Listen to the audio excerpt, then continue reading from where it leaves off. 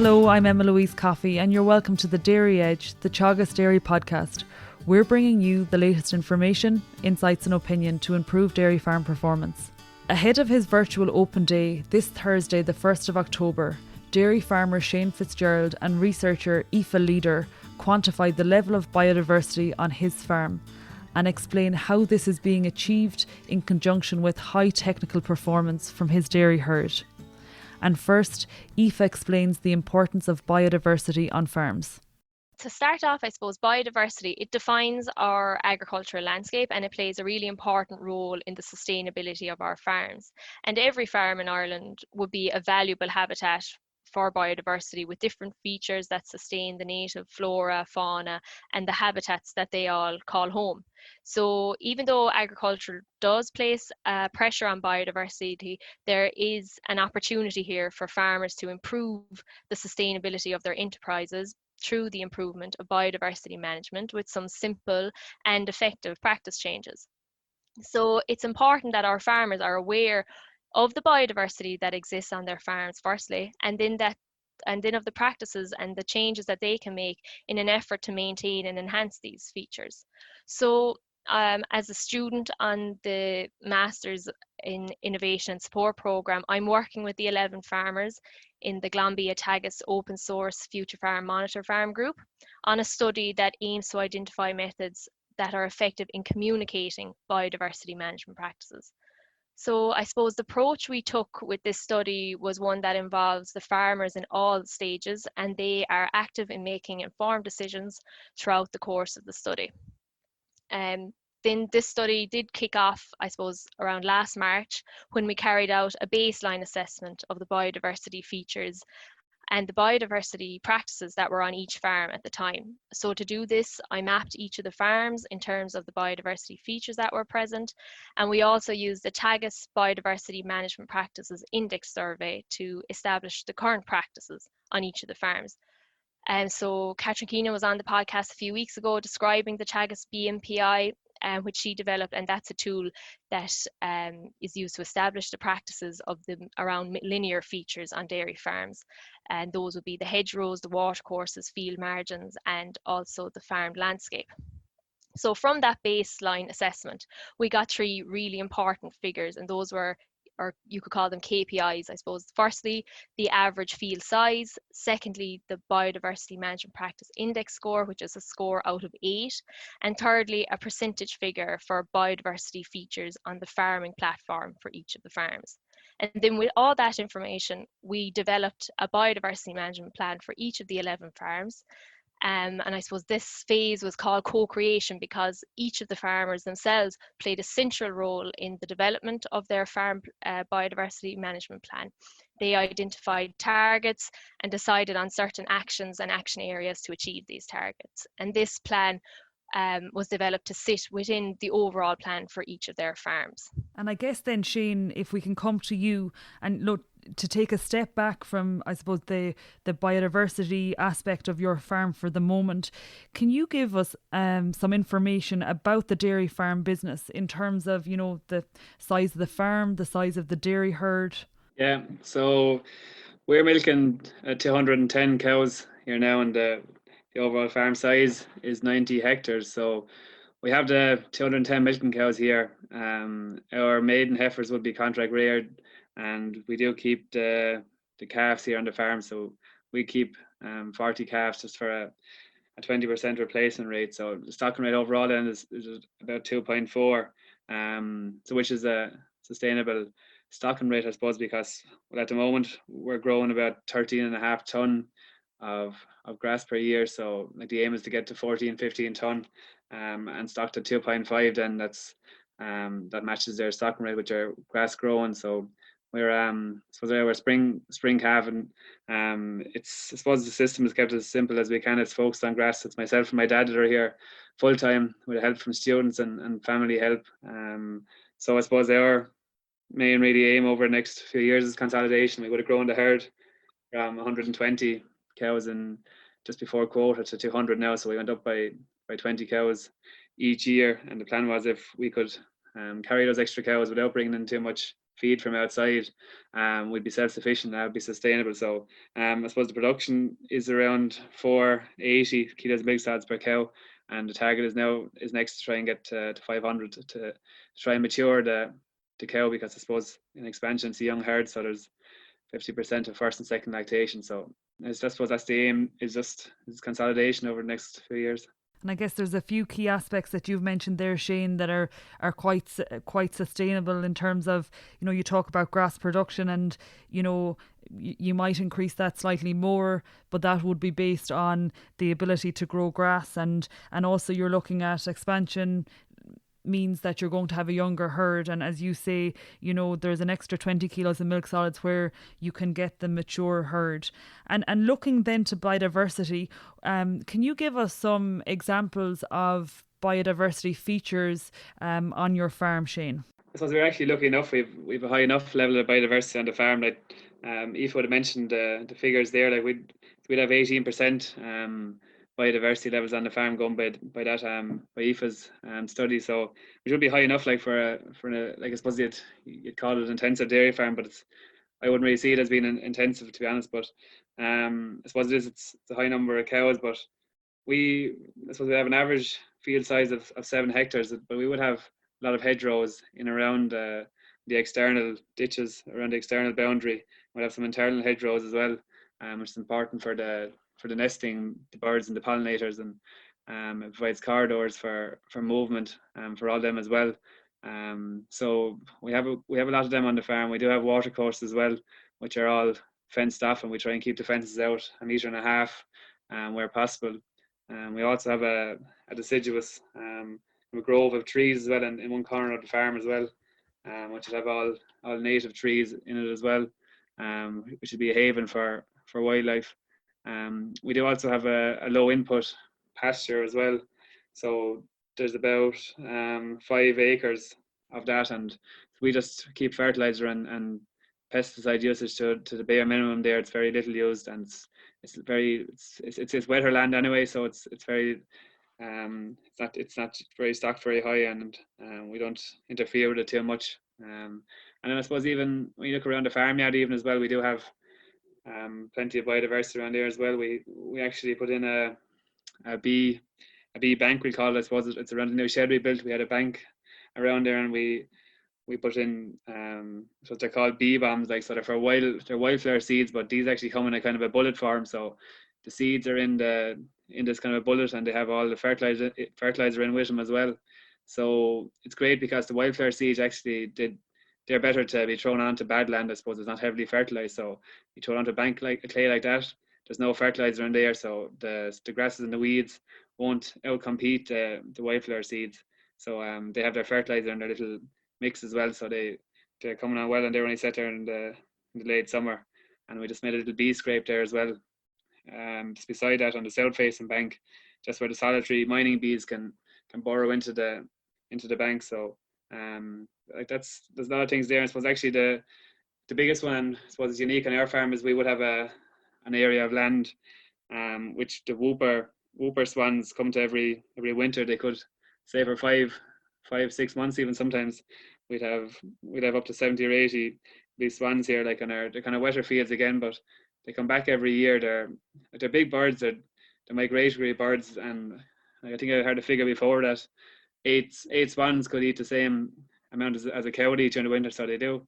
Like they are big birds, but we don't interfere, and they're actually on land away from the yard, so we leave them to themselves. But they're great to see, and they're actually on the amber list of conservation list, so they are kind of rare enough. They have declined in recent years, so we're lucky to have them on the farm.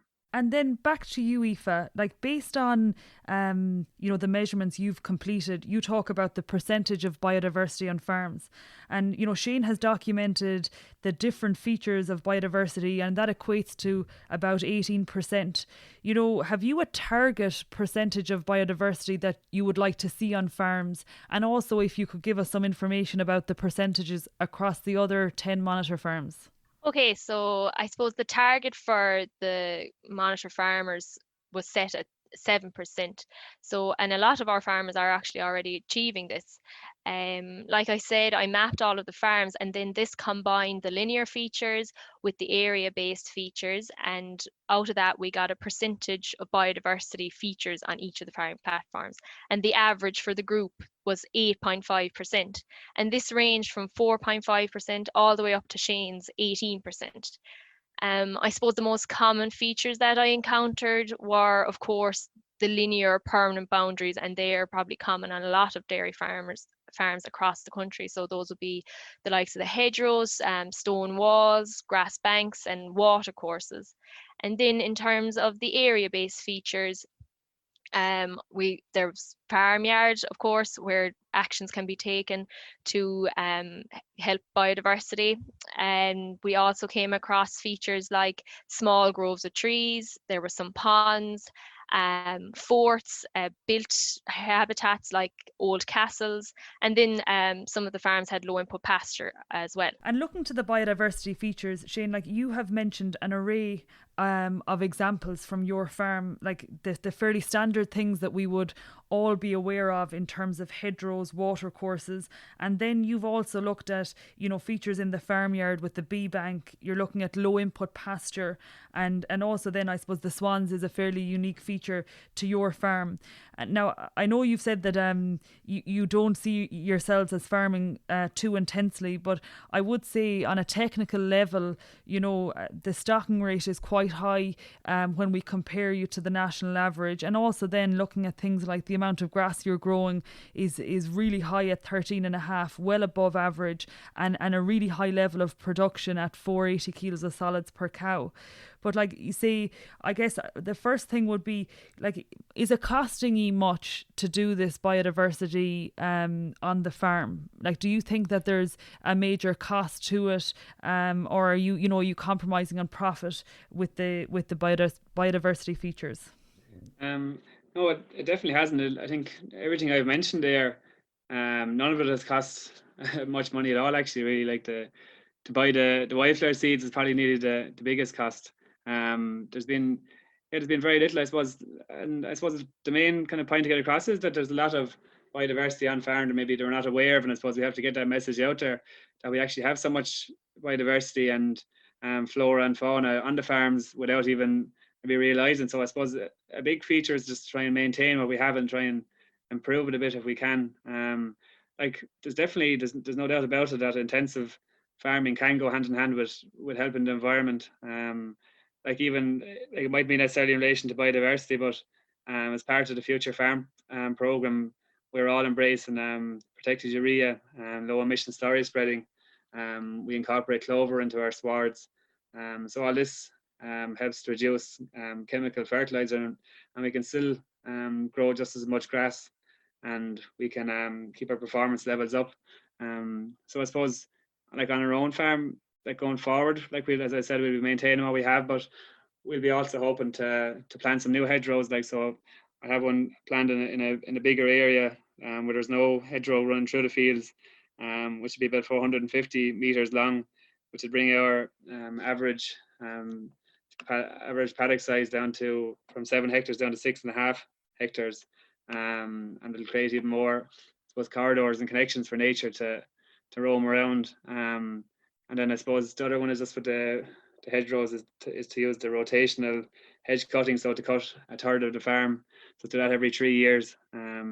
So like the stuff like that, they're managing the farm, and I suppose maybe people think that when you're looking after the environment, you're leaving the farm maybe go a bit wild or whatever, but that's not necessarily the case too. You can cut your hedges and keep them trimmed, and I suppose keep your margins, just keep your fences out a bit from the hedgerows, maybe even out a meter, and if you can, 1.5 meters, and that doesn't cost any money to move your fence out. And the low input pasture isn't going to, I suppose, hit our pocket too much. It's wet land anyway, like it's land we can't really use for cows, so we don't see the point by actually trying to grow more grassland there. Would actually cost us a lot more money. We'd have to put thousands into draining it all, and it'd still be very wet. So for us, just to leave it as it is and leave just native flowers growing there makes a huge difference, and like that hasn't cost us anything either. And I think, Shane, that this is a really good example of, a high level of technical performance and, a relatively high intensity in terms of, dairying, but also really, really high levels of biodiversity and, supporting the flora and the fauna and, in their natural habitat. And finally, to you, Aoife, something that you touched on very early on in our conversation, and Shane has highlighted it here, there is an awful lot of biodiversity on the farms, but we're not necessarily aware of it, and it's about informing ourselves. And can you give us some advice, the first steps that we can take to, I guess, identify, establish the level of biodiversity and also to make improvements in terms of what we already have inside the farm gate? Okay, so I suppose when we start thinking about biodiversity on our farms, it's always good to think about the 4 principles that surround farmland biodiversity. And those are to retain, maintain, enhance, and create, and in that order. So by focusing on the retention and maintaining the habitats that we have on our farms is a great start to make. So then having a look at your practices around those habitats that already exist on farms. So those are like your hedgerows or your watercourses, your field margins, like I've mentioned already, and making practice changes that are positive in those areas is a great start, and working with what we have. So a good way to judge yourself on that is to do a biodiversity management practice index survey. So I carried out that with the 11 farmers. It scores them out of 8 on those 4 main features, which would be, like I already mentioned, the field margins, the hedgerows, the watercourses, and the average field size. And you'll find that it'll highlight what the areas that need your attention in terms of biodiversity management. So on the farms that I'm working with, that score ranged from 1 up to 8. Obviously the target there is 8 out of 8. So some people have more to do with what they have already, and other people will have less changes to make or less practices to adopt around those areas. But it's a good way to judge yourself at the moment where you stand, using the retain and maintain principles and using the BMPI to identify those areas that you need to focus on. And then Shane, later this week you're going to open up your farm and have an online open day. Can you tell us more about that? Yeah, I suppose just the way the year's gone at the moment, it's all, I suppose, the guidelines. There's not many farm walks happening. I suppose all the 11 farms should have had farm walks on this year in physical meetings, but I suppose that's not the case now. So as you know, it's all gone online now. So we'll have a webinar on the 1st of October. So that's going to be, I suppose, it'll be featuring Aoife and all the biodiversity on the farm. There'll be a segment as well with Cathal Summers as well, and the whole ASAP program and water quality will be mentioned, like I said already, with the low emission slurry spreading and the clover, and I suppose all the sustainability measures in relation to the environment. And I suppose then there'll be focus as well on the social sustainability as well on the day. So in relation to work-life balance, and it all kind of ties in together, I suppose, by keeping the simple system and focusing on grass. It allows us maybe to focus on things outside the farm as well and get away from the farm, so we're not tied down to it the whole time. So we'll have some filming and videos to make over the next week, and that'll be all put in together then for the virtual farm walk on the 1st of October. And I suppose then we'll be taking over some of the Teagasc and the Glanbia social media channels, so it'll be accessible by anyone who's interested. Looking forward to seeing more on the 1st. Thank you, Shane, and thank you, Aoife. Thanks, Emma-Louise. That's it for this week's episode of the Dairy Edge podcast, and my thanks to Aoife Leader and Shane Fitzgerald for joining me on this week's show. Don't forget to rate, review and subscribe to the podcast. You can listen on Apple and Google Podcasts as well as Spotify, and for more information go to the Teagasc website at teagasc.ie. I'm Emma-Louise Coffey, and join me next time for your Dairy Edge.